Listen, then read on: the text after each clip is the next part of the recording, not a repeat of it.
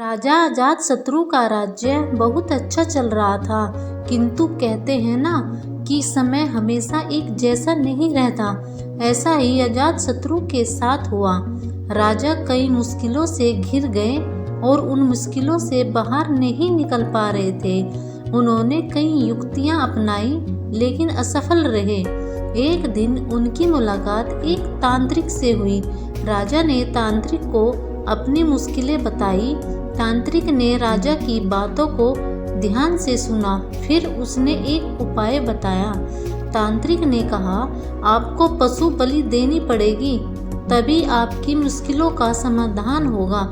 पहले तो राजा काफी सोच विचार में पड़ गया, लेकिन उन्हें जब कोई भी रास्ता न दिखा तो उन्होंने तांत्रिक की बात मान ली। तांत्रिक के कहने पर एक बड़ा अनुष्ठान किया गया। पशुओं को मैदान में बलि के लिए बांध दिया गया। संयोगवश उस समय महात्मा बुद्ध राजा के नगर में पहुँचे।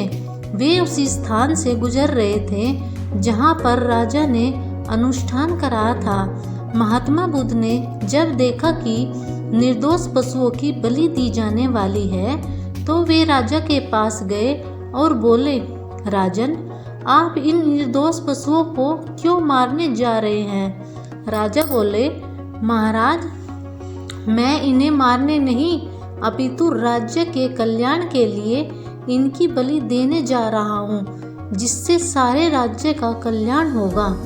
महात्मा बुद्ध बोले, क्या किसी निर्दोष जीव की बलि देने से किसी का भला हो सकता है?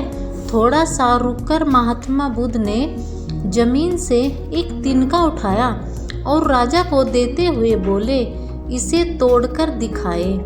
राजा ने तिनके के 2 टुकड़े कर दिए।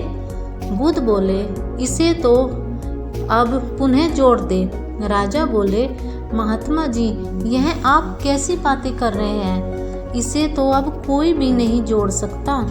तब बुद्ध राजा को समझाते हुए बोले, राजन, जिस प्रकार इस तिनके के टूटे जाने के बाद आप इसे नहीं जोड़ सकते, ठीक उसी प्रकार जब आप इन पशुओं की बलि देंगे तो ये निर्दोष जीव आपके कारण मृत्यु को प्राप्त होंगे और इन्हें आप दोबारा जिंदा नहीं कर सकते, बल्कि इनके मरने के बाद आपको जीव हत्या का दोष लगेगा और आपकी मुश्किलें कम होने के बजाय और भी अधिक बढ़ जाएगी, क्योंकि किसी भी निर्दोष जीव को मारकर कोई भी व्यक्ति खुशी नहीं प्राप्त कर सकता।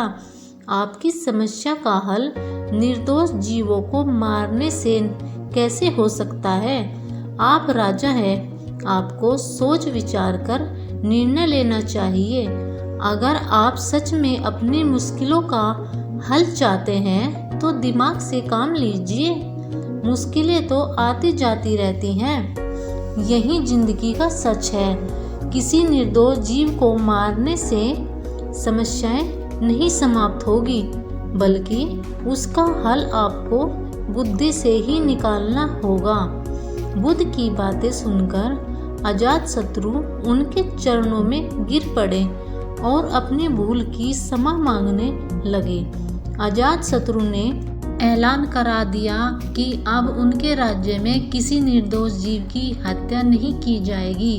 अगर आपको यह वीडियो पसंद आई है तो लाइक और सब्सक्राइब करके मेरा उत्साह बढ़ा सकते हैं। धन्यवाद।